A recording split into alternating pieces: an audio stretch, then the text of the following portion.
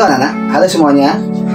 Salam jumpa kembali di channel Lipiter Wijaya. Pada kesempatan kali ini, Bapak akan menyajikan materi tentang pengukuran. Nah, selanjutnya tetap dukung channel ini dengan cara mengklik like, subscribe, dan bunyikan loncengnya untuk mendapatkan notifikasi video-video selanjutnya. Baiklah anak-anak, pada kesempatan kali ini Bapak akan menyajikan materi tentang pengukuran, di mana materi ini merupakan materi kelas 10 semester ganjil. Selanjutnya kita langsung saja, yaitu kita mulai dari apa itu pengukuran atau mengukur. Nah, mengukur adalah suatu kegiatan membandingkan besaran yang diukur dengan alat ukur yang digunakan sebagai satuan. Nah, hasil dari suatu pengukuran itu akan akurat jika kita mengukur dengan alat ukur yang tepat, karena setiap alat ukur memiliki skala tertentu. Nah, semakin kecil skala yang digunakan, semakin teliti hasil yang diperoleh. Nah, selanjutnya kita lihat apa itu alat ukur. Nah, alat ukur itu adalah sesuatu yang digunakan untuk mengukur suatu besaran, di mana berbagai macam alat ukur memiliki tingkat teliti tertentu. Hal ini bergantung pada skala terkecil alat ukur tersebut, di mana semakin kecil skala yang tertera pada alat ukur, maka semakin tinggi ketelitian alat ukur tersebut. Nah, selanjutnya kita perhatikan dulu jenis alat ukur dalam fisika, yaitu khususnya yang pertama adalah alat ukur besaran pokok. Alat ukur besaran pokok, kita mulai dari yang pertama adalah besaran panjang.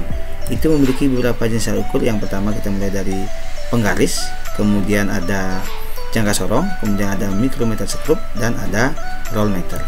Kemudian kita lanjut ke besaran massa.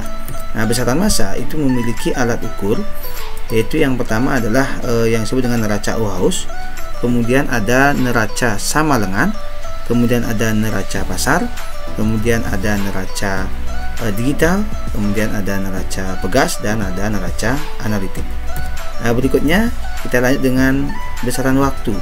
Nah, alat ukur besaran waktu seperti yang kita ketahui itu jam, tetapi dilihat dari perkembangan jam itu, kita mulai dari yang pertama adalah yang paling awal dipakai oleh manusia, namanya jam matahari. Kemudian ada jam pasir, kemudian ada jam dinding, kemudian ada jam tangan atau arloji, kemudian ada stopwatch, jam atom, dan tentunya kalender. Nah, berikutnya kita lanjut dengan besaran suhu. Nah, besaran suhu itu memiliki alat ukur yang kita kenal dengan termometer. Nah, di mana termometer dari perkembangannya kita lihat ada yang disebut dengan termometer alkohol, termometer jenis raksa, kemudian ada termometer digital atau disebut dengan termometer klinis, kemudian ada termometer jenis inframerah. Nah, ini yang merupakan termometer yang sekarang ini paling banyak dipakai, khususnya yaitu bagian dari yang kita kenal dengan thermal scanner. Nah, alat ini juga sering disebut dengan thermal gun, yaitu alat yang digunakan untuk mendeteksi suhu tubuh yang kaitannya dengan penyebaran dari COVID-19. Baik, kita dulu yaitu masalah besaran kuat arus. Itu memiliki alat ukur yang kita sebut dengan ampere meter. Kemudian juga bisa menggunakan multimeter, kemudian juga bisa menggunakan galvanometer. Kemudian kita lanjut dengan besaran intensitas cahaya.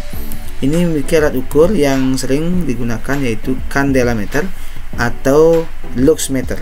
Nah, sedangkan untuk besaran jumlah sat itu tidak memiliki alat ukur langsung, tetapi diambil dari perbandingan antara massa sat dengan massa molar sat tersebut. Nah, itulah gambaran umum terkait dengan alat ukur dari besaran pokok. Nah, sekarang kita akan fokus ke contoh-contoh alat ukur dari besaran tiga besaran pokok, yaitu panjang, massa, dan waktu. Oke, kita mulai dari yang pertama adalah besaran panjang. Alat ukur besaran panjang yang kita kenal tadi sudah, yaitu yang pertama dari gambar ini kita sebut dengan mistar atau penggaris yang sering kita pakai. Kemudian yang kedua adalah alat ukur yang lebih teliti, yaitu jangka sorong dengan bagian-bagian seperti ini. Kemudian berikutnya ada alat ukur yang kita sebut dengan mikrometer sekrup dengan model seperti ini. Dan yang terakhir itu adalah alat ukur yang sering dipakai oleh para